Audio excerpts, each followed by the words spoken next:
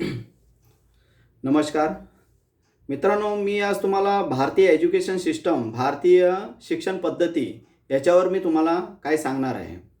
आपला देश गुलाम व्हायच्या आधी आपल्या देशातली शिक्षण पद्धती कशी होती, मी तुम्हाला ते सांगायचं आहे. आपल्या देशामध्ये शिक्षण पद्धती ही संस्कृत भाषेमध्ये दिली जायची. जवळजवळ म्हणजे मुलगा की मुलगी जन्माला आल्यानंतर 20 ते 25 वर्ष त्यांना गुरुकुल पद्धतीमध्ये शिकवलं जायचं. त्याच्यामध्ये त्यांना वेगवेगळे वेद, उपनिषद, भारतीय संस्कृती, भारतीय आयुर्वेद पद्धत, भारतीय शस्त्रविद्या, भारतीय डॉक्टरांची पण काही विद्या होती त्यावेळेस. त्या विद्या म्हणजे जवळजवळ 18 वेगवेगळ्या विषयांवर भारतामध्ये इंग्रजांचं राज्य येण्याच्या आधी ही भारतीय शिक्षण पद्धती होती आणि ह्या पद्धतीने आपली मुलं शिकत होती. आता ह्याच्या आणि त्यातून खूप चांगले चांगले लोक आपल्या देशामध्ये तयार झाले. वेगवेगळे ऋषीमुनी. आज तुम्ही आपल्या देशाचं जर ऋषीमुनींचा जर आपण अभ्यास पाहिला तर आजही सायन्सला टक्कर देण्याचं काम आपले ऋषीमुनी करत आहेत, ज्यांनी हजारो वर्षापूर्वी जे ग्रंथ लिहून गेलेले आहेत त्या ग्रंथांचं जर आता आपण अध्ययन केलं तर आपल्याला असं जाणून येतं की आपले ऋषीमुनी किती हुशार होते. तसेच त्या पद्धतीने जे शिक्षण व्यवस्था होती गुरुकुल पद्धतीने, ती आपली मुलंही त्या पद्धतीने तयार व्हायची. वयाच्या 25व्या वर्षी ते वेगळे म्हणजे 5 वर्षापासून 25व्या वर्षापर्यंत ते वेगवेगळे विषयांचे म्हणजे वेगवेगळे 18 विषयांचे अभ्यास करायचे. दरवर्षी एक विषयाचाच अभ्यास करायचे. नंतर मग 20 की 25 वय झाल्यानंतर ते कुठल्या तरी सिलेक्टेड एक निपुण विषय असेल त्या विषयामध्ये ते पुढे ग्रॅज्युएशन, आत्ताच्या काळामध्ये ज्याला आपण बोलतो की हायर एज्युकेशनसाठी ते पुढे त्या एक स्पेशल सब्जेक्टमध्ये तो एज्युकेशन घ्यायचे. तर ही होती आपली भारताची शिक्षण पद्धती. ज्यावेळेस इंग्रजांच्या आपल्या देशावर इंग्रज आले आपल्या देशामध्ये आणि आपला देश गुलाम झाला, हा देशातला सगळ्यात म्हणजे काळा दिवस आपण समजू शकतो. इंग्रजांनी आपल्या स्वाधीन झाले म्हणजे इंग्रजांनी आपल्याला गुलाम बनवलं. तर इंग्रजांनी ज्यावेळेस गुलाम बनवलं त्यावेळेस त्यांच्या काळामध्ये एक अधिकारी होता मॅकॉलेनी सर्वे केला पूर्ण भारतामध्ये. भारत खूप समृद्ध देश होता. मॅकॉलेनी एक पाहिलं की भारतामध्ये एक विशेष काहीतरी व्यवस्था आहे, त्यामुळे भारतामध्ये खूप वेळा वेगवेगळे आक्रमण झाले. म्हणजे आक्रमण पाहायचं झालं तर वेगवेगळ्या देशात नामोनिशान मिटून गेलेलं आहे. काही देश नक्षांमध्ये पण नाहीत. तर भारतावर खूप वेळा आक्रमण झाले, पण भारत कधीही नायमूट झाला नाही. म्हणजे ह्या नक्षावरून कधी निघून गेला नाही की भस्मभूत कधी झाला नाही. वेगळे देश खूप निघून गेले म्हणजे नक्षामध्ये पण त्यांचा आज नामोनिशान की कुठेच काही दिसत नाही. पण भारतावर एवढे वेगवेगळे मुघलांनी आक्रमण केलं, म्हणजे वेगवेगळ्या मुस्लिम राजांनी आक्रमण केलं आणि वेगवेगळ्या राजांनी आक्रमण केलं, तरी पण भारत अजून त्या स्थितीमध्ये आहे. तर ह्याच्यामध्ये मॅकॉलेनी थोडासा अभ्यास केला की भारतामध्ये असं काय विशेष आहे की त्याच्यामुळे ह्या देशावर एवढे आक्रमण होऊन सुद्धा हा देश तसाच टिकलेला आहे. याच्या सगळ्यात मोठा कारण काय. तर त्यांनी सर्वे केल्यानंतर त्यांनी पाहिलं की सगळ्यात मोठा म्हणजे पैसे तर होतेच भारतामध्ये पुष्कळ. आता त्यावेळेस मॅकॉले असं सांगतो की युरोपियन कंट्रीमध्ये तो सर्वे ज्यावेळेस करून गेला त्यावेळेस युरोपियन अधिकाऱ्यांना तो सांगतो की पूर्ण युरोपमध्ये जेवढा पैसा आहे तेवढा एका फक्त सुरतमध्ये पैसा आहे, एवढा भारत पैशाने समृद्ध आहे, असा मॅकॉले त्यांच्या अधिकाऱ्यांना रिपोर्टिंग करत होता. तो पूर्ण भारतामधला रिपोर्टिंग त्यांच्या अधिकाऱ्यांना देत असायचा. तर त्यांनी पाहिलं की भारताला आपण पैशाने काय हरू शकत नाही, तर भारताला पूर्ण गुलामीमध्ये टाकायचं असेल की पूर्ण भारताला गुलाम बनवायचा असेल तर आपण काय करू शकतो. तर त्यांनी एक आपल्या भारतामध्ये एक जी शिक्षण पद्धती होती त्याच्यामध्येही त्यांनी आक्रमण केलं आणि भारताची कायदा व्यवस्था, आज भारताचा कायदा एवढा थर्ड क्लास आहे की त्याच्यामध्ये कुणाला न्याय मिळतच नाही. फक्त तारखा पडतात आणि तो आयुष्यभर त्या तारखांवरच चालत राहतं. त्याला कधीच म्हणजे त्याला न्याय मिळत नाही. कारण आत्ताची जी न्यायव्यवस्था आहे एकदम थर्ड क्लास पद्धतीची न्यायव्यवस्था आत्ताच्या भारतामध्ये आहे. म्हणजे त्यांनी न्यायव्यवस्थेमध्ये आणला IPC, CRPC, CPC हे सगळे नवे कायदे आणून त्यांनी पूर्ण न्यायव्यवस्थेचा वाटोळा केला मॅकॉलेने. पुन्हा नंतर त्यांनी दुसरा एक अटॅक केला भारतीय एज्युकेशन सिस्टममध्ये. त्यांनी त्यावेळेस असा नियम काढला होता की भारतामध्ये संस्कृत विषयामध्ये जर कोण शिकत असेल तर त्यांना तो मारायचा, वेगवेगळी शिक्षा करायचा. भारताचे गुरुकुल होते त्यांना उद्ध्वस्त करून टाकले त्यांनी. त्यांच्यावर जर समजावून नसेल समजत तर त्यांना मारून झोडून ह्या पद्धतीने त्यांच्यावर खूप त्यांनी अत्याचार केला होता. पुन्हा शिक्षण पद्धतीमध्ये चेंजेस करायचे. त्याच्यामुळे त्यांनी भारतामध्ये एक नवीन कायदा घेऊन आला, Indian education act. Indian education ॲक्टमध्ये त्यांनी असे नियम काढले की भारतामध्ये संस्कृत शिकणं हे पूर्ण गैरकायदेशीर आहे. तुम्हाला जर शिकायचं असेल भारतामध्ये तर फक्त आणि फक्त इंग्लिश लँग्वेजमध्येच तुम्हाला शिकावं लागेल. त्यासाठी त्यांनी खूप प्रयत्न केले. वेगवेगळ्या एरियांमध्ये कॉन्व्हेंट स्कूल त्यांनी ओपन केले. कॉन्व्हेंट स्कूल सगळ्यात पहिला कलकत्त्याला ओपन झाला. तर तिथून ह्या सगळ्या व्यवस्थेची सुरुवात झाली. कॉन्व्हेंट स्कूलच्या ह्याच्यामध्ये तुम्हाला माहिती आहे पूर्ण इंग्लिश एज्युकेशन दिलं जातं आणि हिंदू संस्कृतीचा पूर्ण त्यांनी नायनाट केला. पुन्हा त्यांनी ह्या पद्धतीने आक्रमण केलं की इंग्लिश आहे तेच तुम्हाला शिकावं लागेल. तिथे तुम्हाला जर जॉब करायचा असेल, तिथे कुठलेही मोठे अधिकारी असतील त्यांनीही इंग्लिशमध्ये शिकावं. त्यांना संस्कृतमध्ये की हिंदीमध्ये की त्यांच्या स्वतःच्या मातृभाषेमध्ये शिकण्याचा कोणताही अधिकार नव्हता. आता इंग्रजी ही लँग्वेज आता आपल्या मुलांनाही आपण तेवढ्याच पद्धतीने शिकवतो की आता म्हणजे इंग्रज गेल्यानंतर त्यावेळेस कॉन्व्हेंट स्कूल किती होते आणि आता कॉन्व्हेंट स्कूल किती आहेत. त्यावेळेस सांगितलं जातं की ज्यावेळेस इंग्रज होते त्यावेळेस कॉन्व्हेंट स्कूलची संख्या आणि त्यावेळेस एवढी जास्त नव्हती तेवढी आता सध्याच्या परिस्थितीमध्ये आहे. त्यावेळेस एवढी मुलं इंग्रजांचा एवढा अत्याचार असून सुद्धा कॉन्व्हेंटमध्ये शिकायला जात नव्हते. पण आताची परिस्थिती काय आहे, मुलगा जन्माला आला की पहिला त्याला इंग्लिश मिडियममध्ये आपण कॉन्व्हेंट आणि इंग्लिश हे दोन्ही समांतरच आहेत, दोघं एका मालेचे मणी आहेत. तर पहिला आपण त्यांना इंग्लिश मिडियममध्ये त्यांना पहिला दाखला द्यावा लागतो. कारण आताचे पालक समजतात बाबा इंग्लिश शिकणं माझ्या मुलाच्या भविष्यासाठी खूपच गरजेचं आहे असे आपले पालक समजतात सध्याचे. तर त्यावेळेस त्या मॅकॉलेनी हे डोक्यामध्ये त्यावेळेस रुजवलं होतं. त्याच्या वडिलांनी त्यांनी एक पत्र लिहिलं होता की भारतामध्ये आपण अशी एज्युकेशन सिस्टम बनवायची की हे भारताचे जे नागरिक आहेत जरी दिसायला हिंदू असले तरी त्यांचे विचार हे इंग्रजांचे असले पाहिजे. ही त्याची तेव्हाची कल्पना होती. ज्यावेळेस त्यांनी त्याच्या वडिलांना पत्र लिहिलं होता त्यावेळेस तो त्या पत्रामध्ये हेच सांगत होता की आपण एज्युकेशन सिस्टमच अशी बनवायची तरच ह्याला पूर्ण आपण इंग्रज बनवू शकतो. आणि तेच आता कुठेतरी आपल्या देशामध्ये चाललेलं आहे. सगळ्यांना इंग्रजीचा एवढा मोठा रोग लागलेला आहे की सगळ्यांना वाटतं की आपल्या मुलांना शिकवायचं झालं तर त्याचं भविष्य फक्त आणि फक्त इंग्लिश शिक्षणामध्येच आहे, बाकी त्याचं भविष्य पूर्ण धुळीमध्ये मिळू शकतो. आता एक विषय असा आहे की जर इंग्लिश ही लँग्वेज खूप आता पालक काय बोलतात की बाबा पालकांना जर विचारायचं झालं तर पालक काय बोलतात की बाबा इंग्लिश लँग्वेजमध्ये का शिकवायचं. जर विचारायचं झालं मी भरपूर पालकांना वगैरे विचारतो आणि काही पालकांच्या इकडनं तिकडनं ऐकून पण माझ्या कानावर आलंय की इंग्लिश शिकवतात की ते सांगतात की एक प्रसिद्ध लँग्वेज आहे, एक रिच लँग्वेज आहे, त्या लँग्वेज शिवाय माझ्या मुलांचं काय भविष्य घडू शकत नाही असं आताच्या पालकांची एक मान्यता त्यांनी तयार केलेली आहे. तर इंग्लिश लँग्वेजची जर आता इंग्रजी लँग्वेजची जर आता आपण कंपॅरिझन दुसऱ्या भाषांबरोबर करायचं झालं तर इंग्रजीमध्ये स्वतःचे शब्द आहेत 2600 हे त्याचे स्वतःचे शब्द आहेत आणि सगळे मिळून झाले म्हणजे दुसरे त्याचे फ्रेंच जर्मनी इकडनं तिकडनं भीक मागून त्याने 12,000 त्याचे शब्द तयार केलेले आहेत. म्हणजे आता सध्या परिस्थितीमध्ये इंग्रजीकडे 12,000 शब्द आहेत. आता कम्पेअर करूया, जसं गुजराती बरोबर कम्पेअर करायचं झालं तर गुजरातीच्याकडे 40,000 शब्द आहेत. मी मराठी आहे तर मराठीमध्ये सांगायचं झालं तर 48,000 शब्द आहेत मराठीकडे. आणि हिंदीच्या जवळ जर इंग्रजीला कम्पेअर करायचं झालं तर हिंदीमध्ये 72,000 शब्द आहेत. हिंदीच्या पुढे जाऊया आतून संस्कृतकडे जवळजवळ 1.5 लाख शब्द आहेत.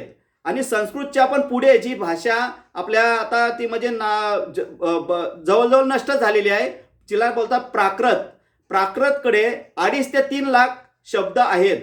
तर विषय असा आहे की ज्या भाषेकडं 12,000 शब्द ज्याच्याकडे शब्दच नाहीत, एक बाजूला 12,000 आणि दुसरे आपल्या जेवढ्या मातृभाषा आहेत त्या म्हणजे इतर तुम्ही तेलुगू वगैरे पकडा सगळ्यांमध्ये आपल्या इंग्लिशपेक्षा त्यांच्याकडे शब्द जास्त आहेत. मग इंग्लिश ही मोठी लँग्वेज कशी काय झाली हा एक प्रश्न पहिला. दुसरा की आपण इंग्रजीला बोलतो की ही इंग्रजी आहे आंतरराष्ट्रीय भाषा, तिला आपण एक प्रमाणपत्र दिलेलं आहे आपल्या पालकांनी आणि आपण स्वतः की जिथं तिथं आपल्याला एक इंग्लिशचाच आपल्याला कुठेतरी वापर करावा लागतो असं आपल्याला वाटतं की बाबा इंग्लिश ही आंतरराष्ट्रीय लँग्वेज आहे. आंतरराष्ट्रीय लँग्वेज भारताच्या म्हणजे आज भूगोल खंडामध्ये जर आपण पाहायचं झालं तर जवळजवळ 200 देश आहेत आजच्या म्हणजे वर्ल्ड वाईड नक्षाचा पाहायचं झालं तर त्या नक्षामध्ये इंग्रजी लँग्वेज किती देशांमध्ये चालली जाते, तर त्याच्यामध्ये फक्त आणि फक्त 12 देश हे इंग्रजी आहेत, म्हणजे प्युअरली इंग्रजी त्याच्यामध्ये बोललं जातं. बाकीचे 188 देशांमध्ये जे व्यवहार वगैरे चालतं ते त्यांच्या मातृभाषेमध्ये चालतं. मग विषय असा येतो की जर 12 देशामध्ये 200 मधल्या फक्त 12 देशामध्ये त्यांची मेजॉरिटी नाही, म्हणजे जर मला जर एखाद्याला बहुमती द्यायची असेल, म्हणजे आपण जसं राजकारणाच्या भाषेमध्ये बोलायचं झालं 200 सीटा असतील, कमीत कमी 100 सीटा असतील तर त्याला आपण बहुमती सिद्ध करतो. तर ह्या भाषेमध्ये जर बघायचं झालं तर हिला आंतरराष्ट्रीय भाषा समजायची झाली तर कमीत कमी 100 ह्यांच्याकडं शब्द बोलणारे माणसं असली पाहिजे, म्हणजे 100 देशांमध्ये इंग्रजी चाललेली असली पाहिजे, तर ही इंग्रजी लँग्वेज आंतरराष्ट्रीय लँग्वेज आपण बोलू शकतो. मग जिथं 12 देशामध्ये चालतं मग ती आंतरराष्ट्रीय भाषा झाली कशी, हा विषय दुसरा झालं. आता दुसरं कम्पेअर करायचं झालं आपलं तर मराठी भाषा आणि इंग्रजी भाषा ह्याच्यामध्ये कम्पेअर करूया. आता जसं की इंग्लिश लँग्वेजमध्ये आपल्या रिलेशनचंच आता तुम्हाला उदाहरण देतो. रिलेशनच्या वेगवेगळ्या ह्याच्यामध्ये जसं आपण मामा, काका, दादा हे आपले शब्द आहेत. आता इंग्रजीकडे ह्याचे शब्द कुठले आहेत, अंकल, फक्त एक अंकल. दुसरं झालं ताई, मावशी, मामी, ह्याला काय आंटी, फक्त एकच शब्द आंटी. मग आता जर कम्पेअर करायचं झालं तर काका आणि मामा ह्याच्यामध्ये अंतर आहे की नाही. काकाला मामा बनवू शकतो का आपण, मामाला काका बनवू शकतो का. जसं मावशी आहे, मावशीला मामी बनवू शकतो का आपण, आणि मामीला मावशी बनवू शकतो का. दोघांमध्ये खूप जमीन आसमानाचं अंतर आहे ना आपल्यामध्ये. तर ही लँग्वेज एवढी गरीब आहे. दुसरं झालं सांगायचं तसंच चंद्राला त्यांच्याकडं सन आणि मून, सूर्य आणि चंद्र, सन आणि मून ह्याच्याशिवाय दुसरा त्यांच्याकडं कोणच नाही.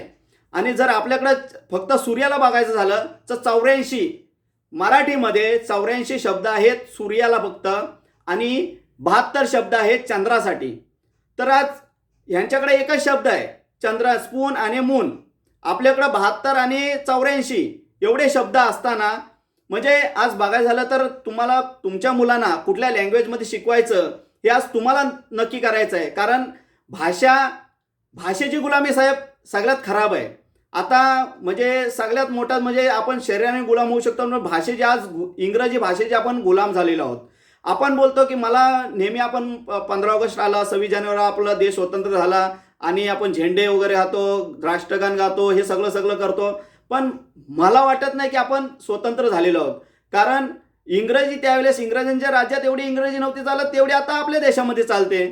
सगळीकडे इंग्रजीच व्यवहार चालतात, सगळीकडे इंग्रजीमध्ये. आता कुठे, आता हे थोडेसे सरकार बदलल्यानंतर की बोर्ड लावलेले आहेत की तुम्ही हिंदीमध्ये बोललात तर आम्हाला आनंद होईल, ते आता थोडं चाललेलं आहे. पण अजूनही तो इंग्रजीचा भूत आताच्या पालकांमध्ये मधनं गेलेलं नाही. अजून तसंच चाललंय की इंग्रजीमध्ये माझ्या मुलांचं आता परत 50% इंग्रजीचं चाललंय परत, की 50% इंग्रजी 50% मराठी. अहो एक सोपा उदाहरण घ्या की ज्या मुलाच्या गर्भामध्ये, ज्या आईच्या गर्भामध्ये जी आई आहे, आपल्या हिंदू संस्कृतीमध्ये आहे की मूल हे तिच्या आईच्या गर्भामध्ये शिकतं. आज आई मराठी आहे, तिचा सगळा व्यवहार मराठीमध्ये चालतं, सगळं मराठीमध्ये चालतं, तर तो मूल आहे तो मराठी शिकणार आहे. तर त्याला उद्या उठून तुम्ही त्याला कुठला पाठांतर करायचा झाला तर तो मराठीमध्ये एवढ्या चांगल्या पद्धतीने पाठांतर करू शकतो, तेवढा तो इंग्लिशमध्येही करू शकत नाही.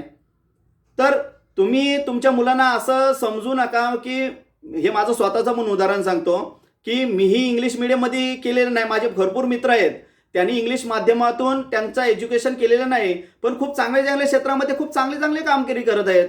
कुणाचं भविष्य खराब झालंय, कुणाचंच भविष्य खराब झालेलं नाही, सगळे खूप चांगले काम करत आहेत.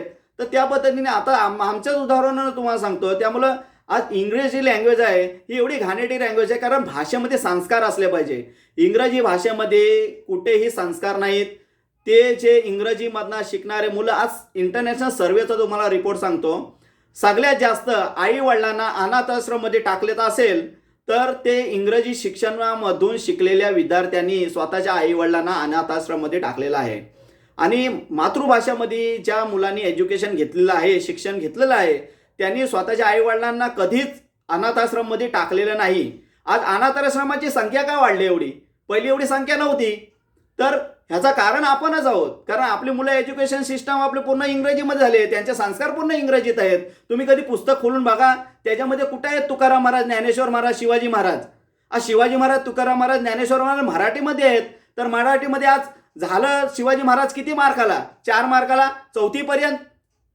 आज ज्या व्यक्तींकडनं आपण संस्कार घ्यायचे आहेत, जसे तुकाराम महाराज, ज्ञानेश्वर महाराज यांनी आमच्या जीवनामध्ये खूप मोठे प्रसंग काढलेले आहेत की खरा प्रसंगामधनं कसे बाहेर यायचं आणि खरा प्रसंगाबरोबर कसं राहायचं हे आपल्याला हे शिकवतात. पण ते आपल्या मुलांना शिकवतच नाही ना आपण. कारण कुठं एज्युकेशनमध्ये आहे, गोष्टींमध्ये आहे. गोष्टी पण कुठं आपण सांगतोय त्यांना.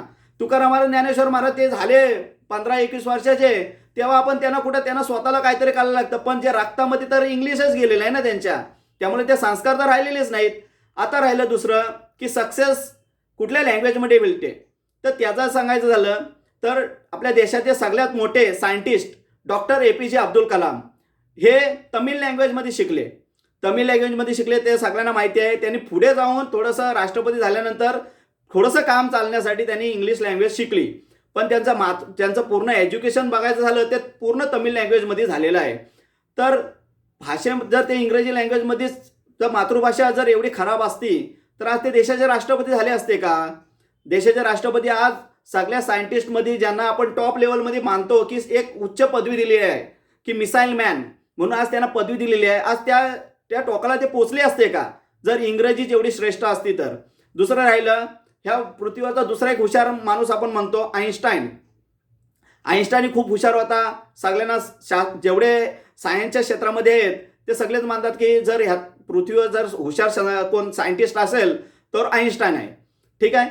तर आईन्स्टाईनचं एज्युकेशन कशामध्ये झाला? त्याच्या मातृभाषा जर्मनीमध्ये. आईन्स्टाईन जर्मनी जो होता त्याच्या मातृभाषेमध्ये सगळं एज्युकेशन झाला. जेवढ्या सायंटिस्टचा तुम्ही अभ्यास केलात तर तुम्हाला माहिती पडेल की जेवढ्याने उच्च पदवीवर गेलेले आहेत, जेवढ्याने काहीतरी अचीव केलेले आहेत, म्हणजे बिझनेसमॅन सुद्धा जर वेगवेगळ्या क्षेत्रामध्ये काहीतरी कामगिरी केलं असेल तर ते शिकलेत मात्र त्यांच्या मातृभाषेमध्ये. तर तुम्ही मातृभाषेमध्ये तुमचं आयुष्य कसं काय बिघडू शकतं? त्यामुळे तुम्ही तुमचा विचार करा. आज तुमच्या मुलांना तुम्हाला काय बनवायचं आहे ते तुम्ही तुमचं डिसाईड करा. कारण मातृभाषा ही सगळ्यात सर्वश्रेष्ठ भाषा आहे. तर मला हेच सांगायचं होतं की तुम्ही आता ह्या भाषेची गुलामी सोडून आपल्या मातृभाषेकडं वळा.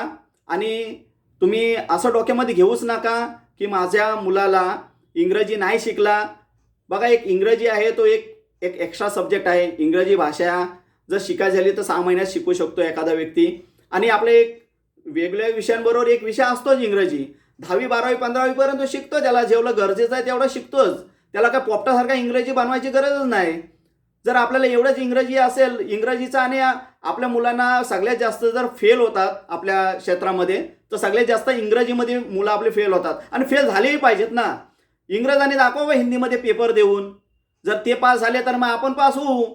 त्यांच्यापेक्षा आपल्याला चांगलं येतं हिंदी. ते करतात का एवढं भाषेची गुलामी? पण मॅकॉलेनी एक सिद्ध केलंय की आपल्याला ते आज तुम्हाला डिसाईड करायचं आहे की आपला देश स्वतंत्र पेपरवर झालेलाच आहे, पण खरोखर विचाराने आपला देश स्वतंत्र झालेला नाही. त्यामुळे तुम्ही तुमचं नक्की करा की ह्या देशाला स्वतंत्र करायचं की असंच ठेवायचं. इंग्रजीच्या भाषेची किती गुलामी करायची? आता मराठी माध्यमांच्या शाळा बंद व्हायला झालेल्या आहेत. जवळजवळ शाळा म्हणजे बंदच झालेल्या आहेत. मी माझ्या गावाला वगैरे जातो, आजूबाजूच्या गावांमध्ये जातो. ज्यावेळेस त्या शाळांमध्ये एका वर्गामध्ये 40-40, 50-50 विद्यार्थी अभ्यास करायचे.